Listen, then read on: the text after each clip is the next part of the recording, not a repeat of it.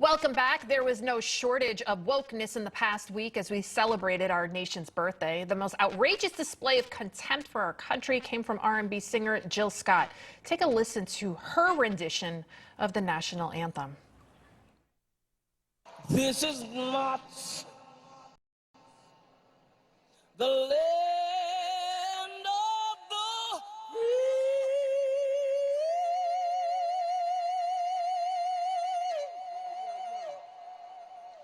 but the home of the slave.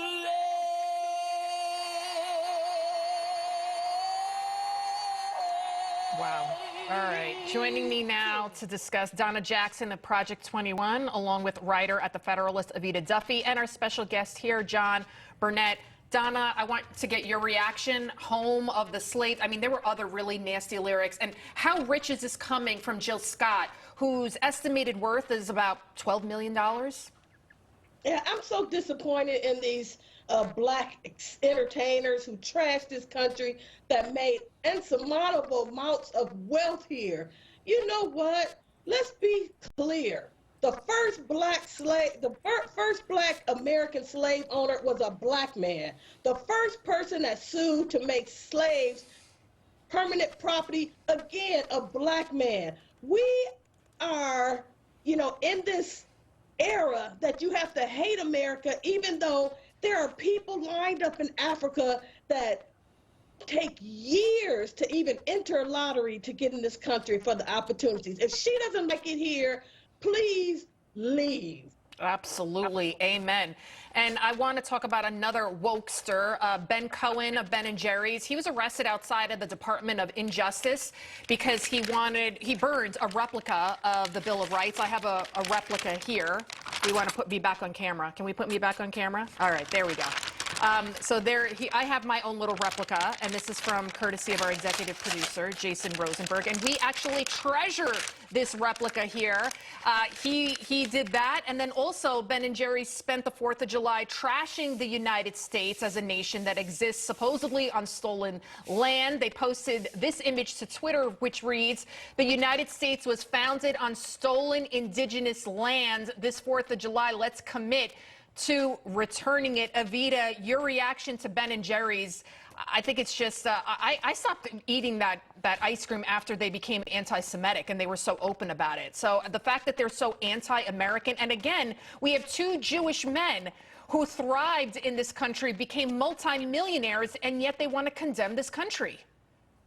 I think it's a great idea, actually. I think Ben & Jerry's should commit to bringing back Native American stolen land and start with themselves, because their headquarters in Vermont is on stolen Native land. The Abenaki chief, the Abenaki Nation chief said, why don't you guys, if you're so committed to bringing back our stolen land, start with yourselves. But of course, they're not going to do that, because all of this, as we all know, is about virtue signaling. And it's not about real action. It's just about signaling your wokeism to the world and to other corporations for the purpose of ESGs and otherwise.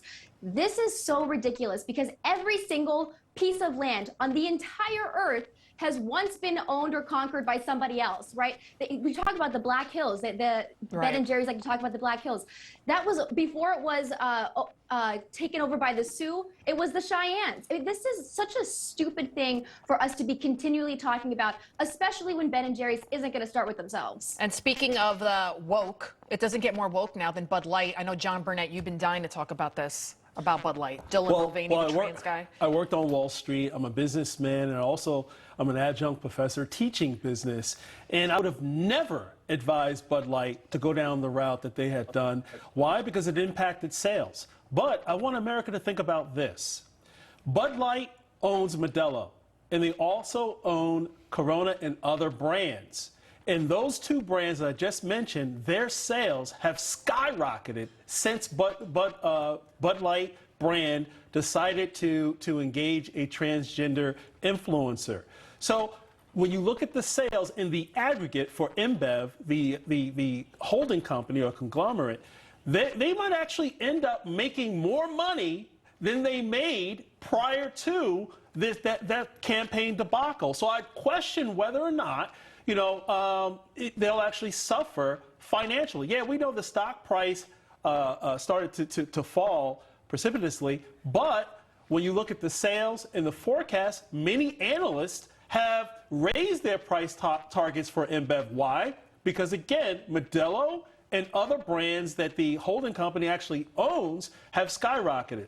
Interesting point there. John Burnett, we have to leave it right there because our Donna Jackson, Avita Duffy, thank you both, all three of you, for being with us. And John, we'll be talking to you again.